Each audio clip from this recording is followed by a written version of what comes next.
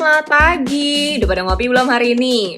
Kembali lagi denganku Sharon Margaret yang akan kasih kamu sarapan informasi di Narasi Pagi. Hari ini kita akan bahas level-level PPKM dan juga banjir besar yang menghantam Cina karena hujan lebat sejak Sabtu lalu. Shall we proceed?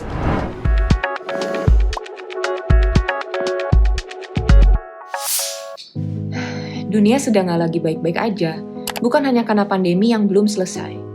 Belum lama Eropa dilanda banjir besar. Kini hal serupa juga terjadi di Cina yang mengakibatkan banyak sektor pelayanan publik lumpuh total.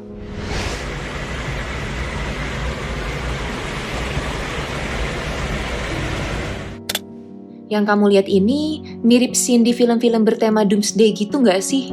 Bedanya, ini real terjadi di Cina. Banjir merendam Provinsi Henan akibat hujan lebat yang turun sejak Sabtu kemarin.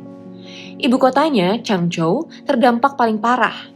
Kabarnya, hujan lebat ini adalah yang terbesar dalam kurun waktu 1000 tahun terakhir.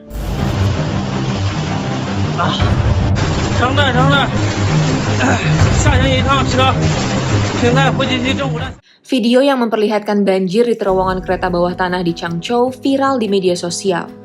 Jujur, nggak bisa bayangin sih, terjebak dalam subway dan dalam kondisi banjir kayak gitu.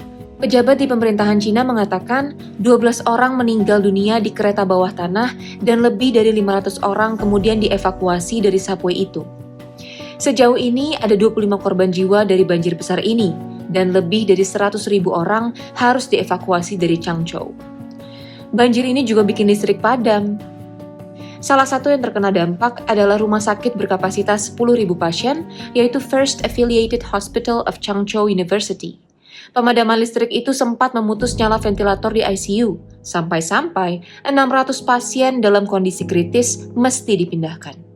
Guys, meskipun hujan lebat saat musim kemarau di Cina adalah hal yang biasa, tapi yang terjadi baru-baru ini jadi peringatan nih buat pemerintahan Xi Jinping dan kawan-kawan. Pekan lalu, Greenpeace nge-publish laporan hasil analisa risiko terhadap iklim akibat cuaca panas dan hujan yang ekstrim di daerah metropolitan Cina seperti Beijing, Shanghai, dan Guangzhou. Dr. Liu Chanian bilang, Pemda mesti segera bergerak untuk membantu masyarakat yang tinggal di tempat berisiko.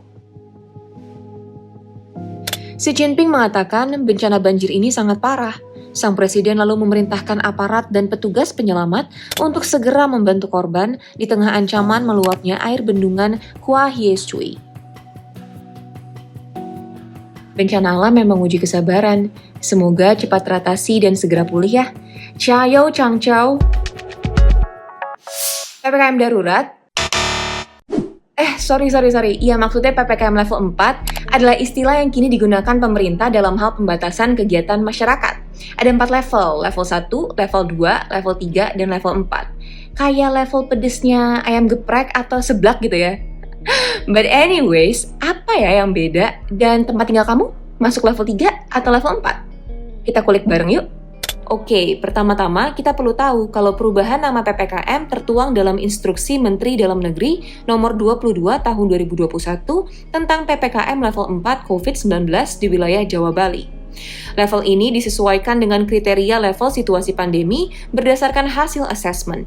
Luhut mengatakan indikatornya meliputi 3 hal ini, laju transmisi, respons sistem kesehatan, dan kondisi sosiologis masyarakat. Pemerintah juga mengacu pada pedoman WHO mengenai level-levelan ini. Level 3 adalah ketika ditemukan 50-150 kasus COVID-19 per 100.000 penduduk, 10-30 kasus yang dirawat di rumah sakit per 100.000 penduduk, dan 2-5 kasus meninggal per 100.000 penduduk di daerah tersebut. Sedangkan level 4 ada lebih dari 150 kasus COVID-19 per 100.000 penduduk, lebih dari 30 kasus yang dirawat di rumah sakit per 100.000 penduduk, dan lebih dari 5 kasus meninggal per 100.000 penduduk. Berdasarkan Inmendagri, begini pembagian wilayahnya.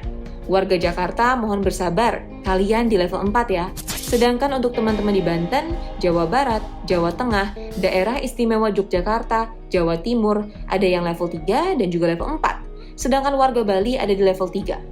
Nah, tapi ada bedanya nggak nih level 3 sama level 4? Nah, kalau di Inmendagri 22 tahun 2021, podo, nggak ada perbedaan. Tapi kalau di Inmendagri 23 tahun 2021, nah baru ada. Ini bedanya.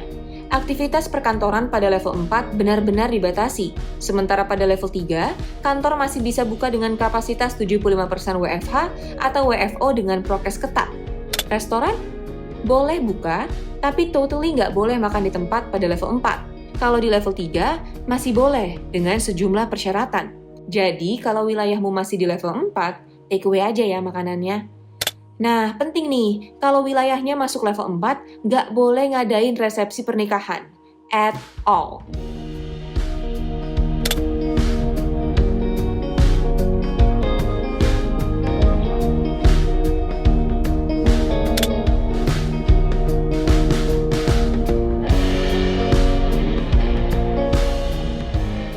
Oke, jadi udah kebayang ya level 3 dan level 4 seperti apa? Ya mudah-mudahan tren kasus COVID segera turun dan kita pun segera bebas dari pembatasan-pembatasan yang istilahnya berubah-ubah ini. Sekian dulu sarapan informasi pagi ini, teman-teman tetap semangat ya. Dan buat yang udah kangen weekend, tenang, besok udah Jumat kok. Oke, kita ketemu lagi besok pukul 8 pagi, di mana lagi kalau bukan di Narasi Pagi. See ya!